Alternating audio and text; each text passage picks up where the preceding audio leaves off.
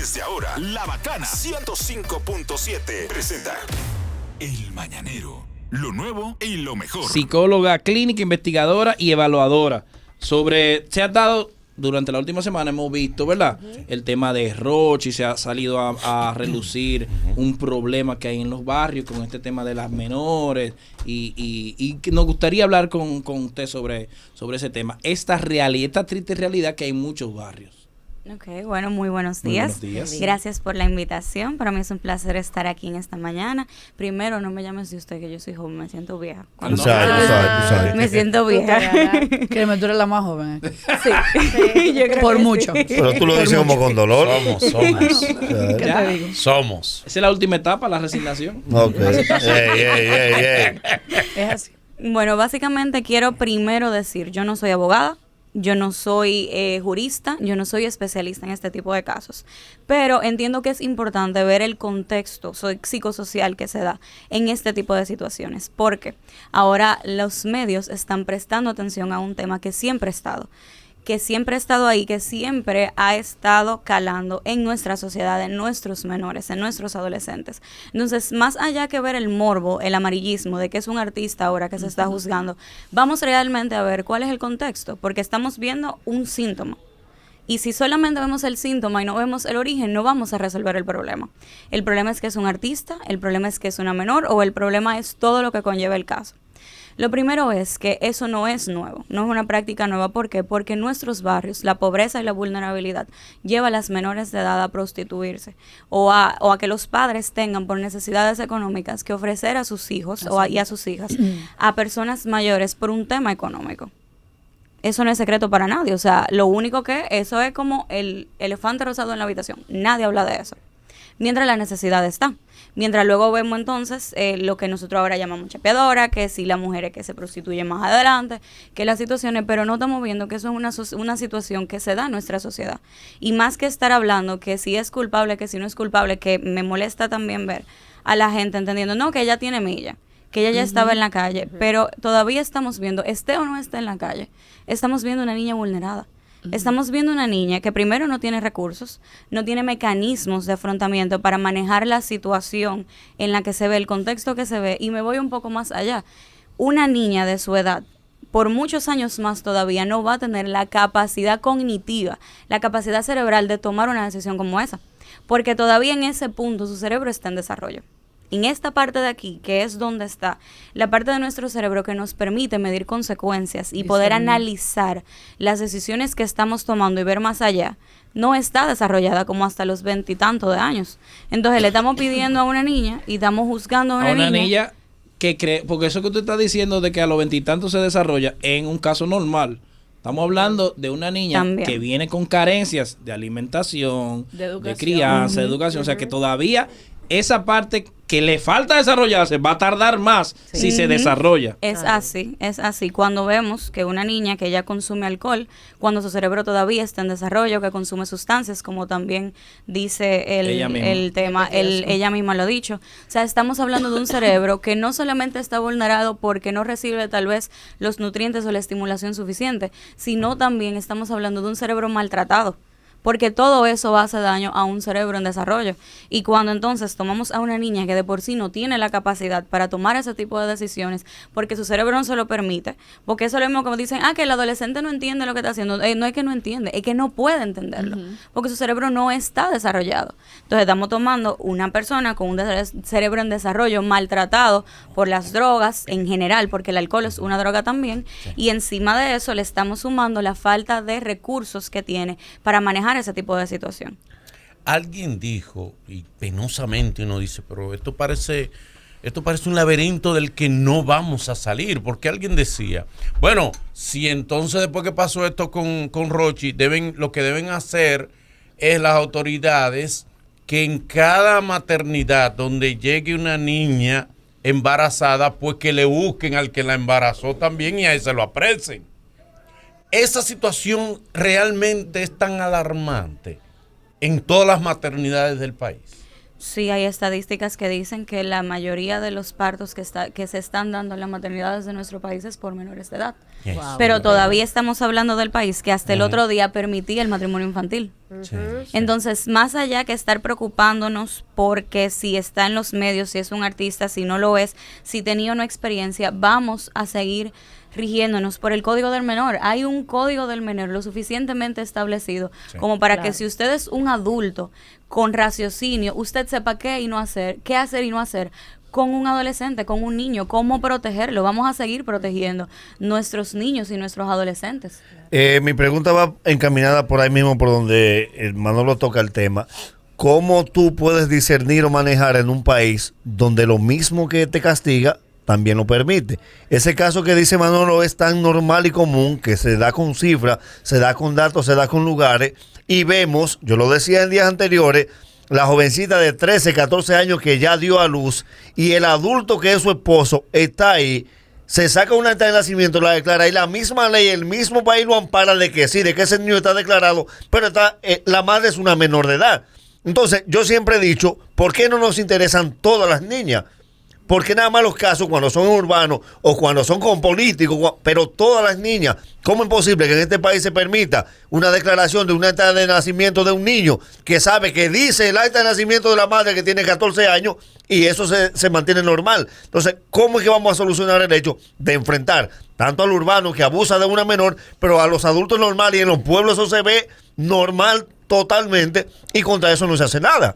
Porque seguimos dejando la responsabilidad de criar a nuestros hijos al gobierno y a la sociedad. Una cosa es que la ley lo permita, una cosa es que, vamos a decir, haya trabas dentro de eso, pero el hecho de que eso se pueda no quiere decir que esté correcto. Y tú como adulto es que deberías saber esa parte. O sea, tú como padre que tienes un adolescente deberías entender que aunque la ley lo permita, aunque sea la práctica, la norma en ese barrio, en ese campo, tú no tienes que hacerlo porque estás vulnerando a tu hijo. Lo estás poniendo en una posición, a tu hija, en una posición donde lo único que estás haciendo es perpetuar el círculo de la pobreza, donde no le estás dando la oportunidad de desarrollarse de manera correcta. El hecho de que todo el mundo lo haga no quiere decir que esté bien, y eso es lo que nosotros no terminamos de entender. Y no todo lo puede hacer el gobierno. No todo lo va a hacer el gobierno, no todo lo van a hacer las leyes. Nosotros tenemos que responsabilizarnos de nuestras familias. Sí, perdona, licenciada, pero no está sencillo. Muchas veces, lamentablemente, se escapa de las manos de los padres el que la niña salga embarazada por ahí, por un adulto que la sedujo, y a veces también de otro menor, lamentablemente. Hay un contexto difícil de manejar para los padres de clase humilde, de los barrios, de los campos remotos. Eso no es sencillo. En los campos es Y normal. en el caso específico, por ejemplo, sí, lamentablemente eso es normal en los campos. en el caso Ya lo específico sabe. que nos ocupa, el caso de Rochi, mucha gente ha criticado a la madre porque tiene 31 años y la niña tiene 16. Entonces, obviamente, la gente sí saca el cálculo y dice, ah, no, pero ella también empezó joven. Pero luego, la historia de la investigación nos cuenta que es una mujer que ha tratado de superarse, que tiene 2 empleos, trabaja en un restaurante y también hace Uber. Entonces, también por eso la critican. No, que si tuviera en su casa, que no sé qué, no sé cuánto. Entonces, en ese sentido, estoy de acuerdo con Manolo de que sí hay una parte que tiene que ver con la familia, que tiene que ver con la crianza, pero que no siempre tú vas a correr con la suerte de que el hijo te salga como tú quieres criarlo. Entonces, en ese tipo de casos, yo sí creo que el gobierno, los gobiernos, porque no estamos hablando del gobierno actual, el Estado ha fallado en ofrecer no solamente las circunstancias y las oportunidades para que la juventud se desarrolle en todo eso que tú dijiste que a ella le faltaba, o sea, en el tema de oportunidades de vivienda, de educación, de alimentación. Yo sí creo que el Estado es en cierto sentido responsable de sus ciudadanos. Claro que sí, se supone que el Estado debe facilitar muchas cosas para que esa madre pueda estar presente, pero hay una parte que no importa si ella está o no está todos los días para supervisarla, que es ese acompañamiento que ese adolescente necesita, que ese niño necesita. No es solamente decirte no puedes hacer eso, es acompañarte a tomar decisiones. ¿Por qué? Porque sea de clase media o de clase baja o de clase alta, se van a presentar situaciones. El tema del consumo de alcohol y de sustancias no es solamente en la clase vulnerable que se ve en la clase alta también. O sea, no solamente ellos están expuestos a las vulnerabilidades, al tema de situaciones, pero el punto está en que tú acompañas a tu adolescente para poder aprender a tomar decisiones correctas, porque obviamente todo el mundo tiene que trabajar y es cierto, el Estado tiene que acompañar en una parte, pero hay un acompañamiento que los padres pueden hacer de estar ahí para ese adolescente, de contenerlo, de darle las herramientas, de hablar con ellos, Y no a golpe. que puede mejorar muchísimo la situación. Perdón, voy a hacer una excelente pregunta. La mejor pregunta. Pero que dila primero. se ha Ahora. hecho, la mejor pregunta que se ha hecho en la wow. historia de los adolescentes. Tomen nota. Un poco para proponer posibles soluciones al problema que afecta a los adolescentes. Eso es lo que yo iba a decir. Tenemos estadísticas de otros países que sí hayan avanzado y que tengan control en ese tipo de situación para los adolescentes, que los adolescentes estén protegidos, que no sean vulnerables a ese tipo de situaciones. ¿Existen experiencias en otros países y cuáles son esos otros países? Para ver si nosotros lo copiamos. Dentro de esta parte del mundo en la que vivimos, usualmente la primera referencia es Chile. Chile es de los países que ha avanzado más con respecto a leyes que protegen a los infantes, que evitan embarazos en adolescentes.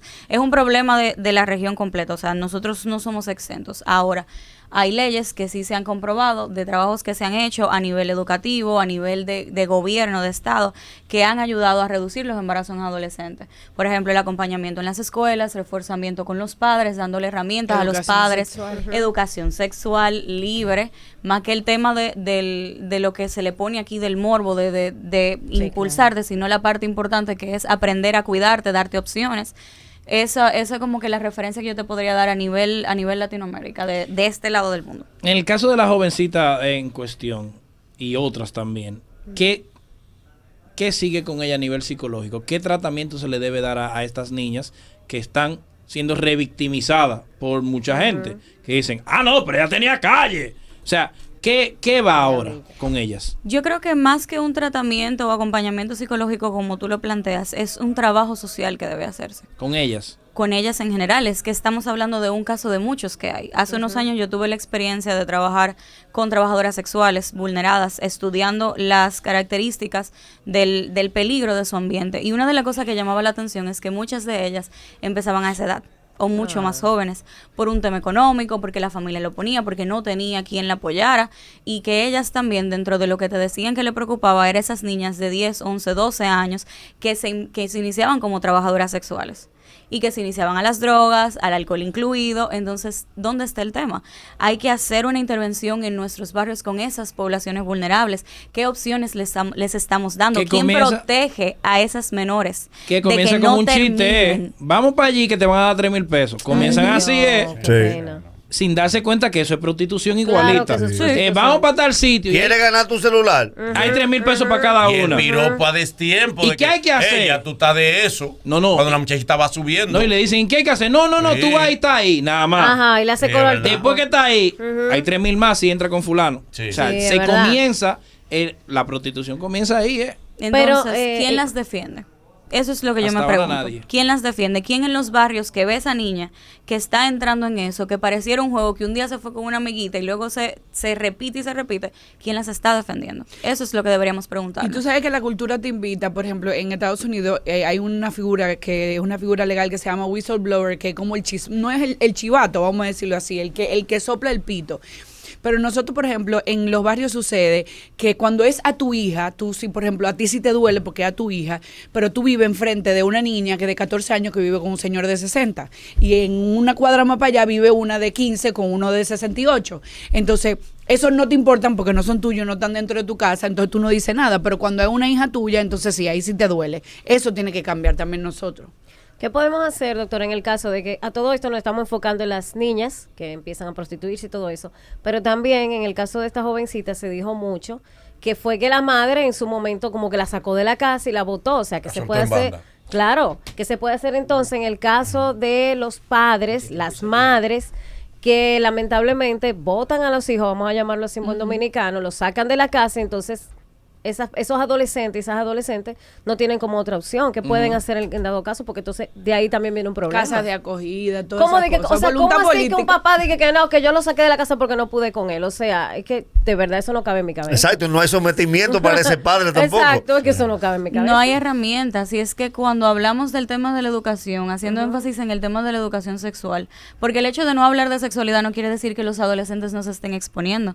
No es solamente la educación sexual, no es solamente, y las herramientas no es solamente para los adolescentes, es para los padres también. Ellos necesitan acompañamiento. ¿Por qué? Porque como tú decías, la madre es joven.